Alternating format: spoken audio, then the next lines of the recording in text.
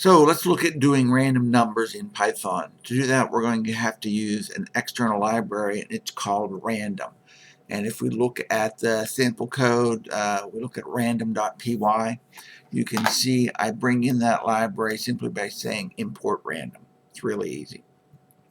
I have links to show you the other, all the properties of random if you want to look at them later. I set the seed, which resets random to a new set of random numbers. And random numbers are not truly random. A computer can only give you pseudo-random numbers, which really aren't random. They make them better and better and better, but still they are not totally random. They're pseudo-random numbers. A computer can never produce a random number. I say print guess number from 1, that's a form, so let's fix that from 1 to 10, and then we say this computer number variable is equal to random integer, and then we say 1 to 10. That will give us a random integer between 1 and 10, and then we print that value. So everybody guess a random number between 1 and 10, and then we run it. And the computer guessed 10. We run it again, guess 7, run it again, 7, 2, 1, 5. You try it out yourself and see what kind of random numbers you get. If we look at my random number 1, now we do something a little bit different.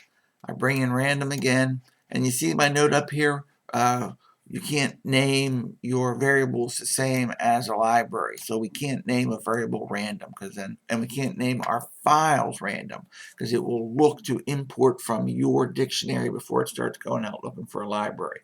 So if you have a file named random.py, it's going to bring that file in and not the random number library. So don't name your files random, or your whatever the library name is, or your variables whatever the library name is. We set count equals 0, we set computer number equal to 0, and we hard code the guess in at 7. So what we're going to do is have the computer try and guess the number 7. So then we say while guess is not equal to the computer number, we go on. And at the moment it's going to fall into that because computer number is 0 and guess is 7. So the while loop will run.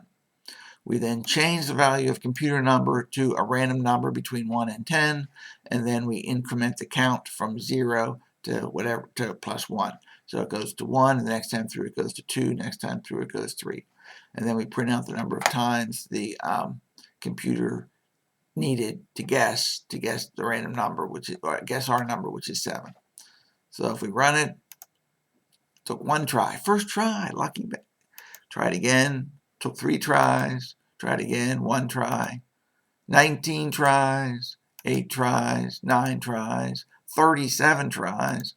So you can see, even with a random number between 1 and 10, it can take a long time to pick one number in there. If we look at my random number 2, now we're going to not hard code a number in. The user is going to enter a number and have the computer try and pick it. So we import random. Well, actually, we're going to pick a number. We have the computer pick a random number, and we're going to guess a number between 1 and 10, 1 and 11. We set the count to 0. We have the computer pick a random number. Then we do the guess. And then here we do a while loop. We enter the value. We change it to an integer. And then we add 1. And as long as our guess is not the same as computer number, we go through again, and then it tells us how many tries. So we run this, and I guess I can't do 10. I did 0, 1, 10. Now it says 10. Okay, so I'm going to do some guessing here. I guess 3, 4, 2, 5, 1, 7, 8, 9, 10.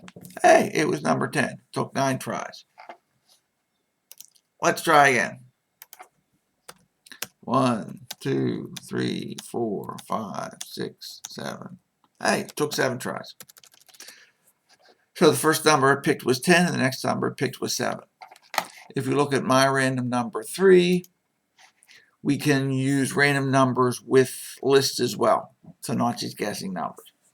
We import random, we make a list of animals, we print that list, and then for 10 times, we pick a random number and print it out. And there we go. So we get chicken, lion, chicken, mouse, mule, mouse, cat, mule, chicken, lion. Notice the random numbers were the same type of random numbers we were doing where the number, it's with replacement. So it picks a random number from 1 to 10. It keeps picking a random number from 1 to 10. Here it keeps picking numbers that are in the list, and it will continue to pick numbers even if those numbers have been used before. So we could end up with multiple chickens and multiple mice. I think mice. I don't know. I know mouses, right? All right. If we look at random number 4, we have a list of animals. We print the animals. We make a new list of small animals with our empty, and then we pick 4 random. We pick 4 random numbers and we put them in small animals. And you can see we can use the random sample command, which will you give a list of values and then how many you want, and then it will put those into the new list. And you can see it picked cat, lion, chicken, and horse. Chicken seems to be a favorite of the computer.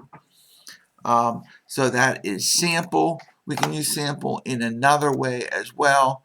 I'm going to use 7 here, and there's 1, 2, 3, 4, 5, 6, 7.